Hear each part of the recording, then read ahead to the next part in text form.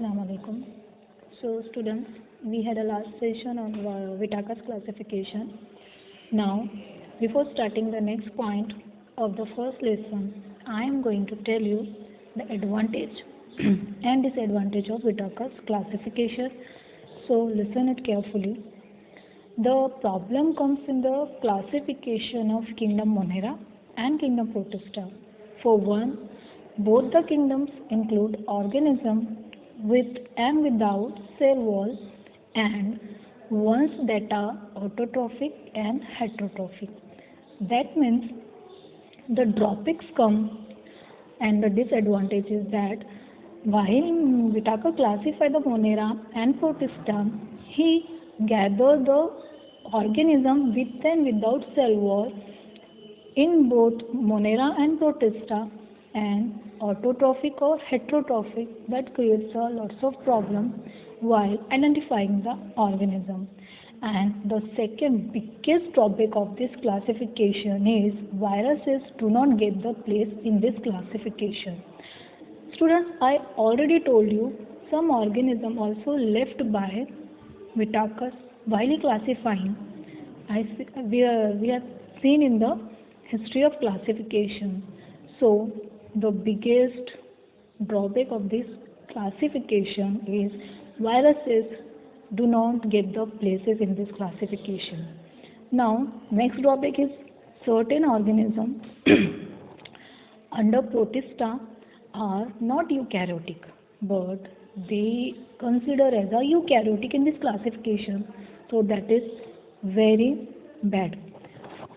Just like drawback, some helpful points are also there, like the separation, and this is the advantage of this classification, that is the separation of prokaryote and eukaryote as a different kingdom is useful. The classification is helpful in understanding the progression and development of cellular organization and mode of nutrition, the given criteria of the Whittaker's classification. It is helpful.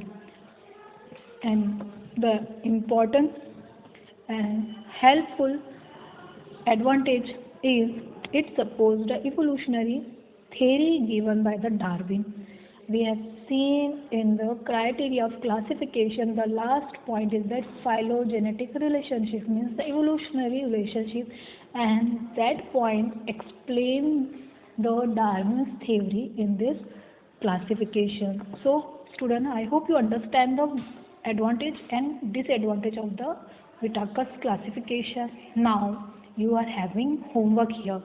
So note down your homework, that is a question: what are the merits and demerits of Whittaker's classification? You have to make a notebook and write your answer in that book. Okay students, now come to today's topic, that is classification of microbes. So question arises here: what are the microbes? What is meant by microorganism? So students, you all know the biodiversity, and I'll explain you about this. The biodiversity means there are variety of living organism on Earth, and their diversity is also there. So these are the biodiversity. Some organism we can see, some are can't seen by the naked eye. So this world has such a diverse size of organisms, right from the size of a largest whale to an elephant, a human, a cat, and a tiny ant. But do you think does it here? No. They are so much more beyond our imagination. They are not just millions or billions, they are more than trillions of organisms that you and I can't even see. And these organisms are called as microorganisms. Now let's see the definition in a simple scientific form. Microorganisms or a microbe is a microscopic organism which may exist in its single cell form or in a colony of a cell. So, do you want to know more? So, students, do you want to know more about them? So, here they are. See the diagrams. So, microorganisms can't be seen by the naked eyes. They demand a powerful microscope to see them. So, this is the diagram which seen under the microscope. It looks like this diagram. The microorganisms are floating. Okay, and this is a slide making in which we can't see the microorganisms. So the microorganisms demand a powerful microscope to see them, and you know the microscope you have in your school lab. This is a microscope.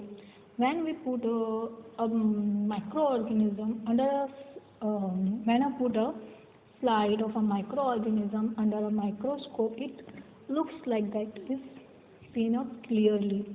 Okay, hope you understand what is a microorganism. It is a very tiny organism found all over the earth and all around the earth, even in our body too. So this is a microorganism. Now students, see there the size of a microorganism. We had said these are the very tiny. So कितना size हो सकता है? Now let's see their size. So with reference to size of a microbe, they are maybe 1 meter, that is 10 raised to power 6 micrometer, or denote by mu m. Okay, and 10 raised to power 9, that is nanometer, and m, that is a nanometer.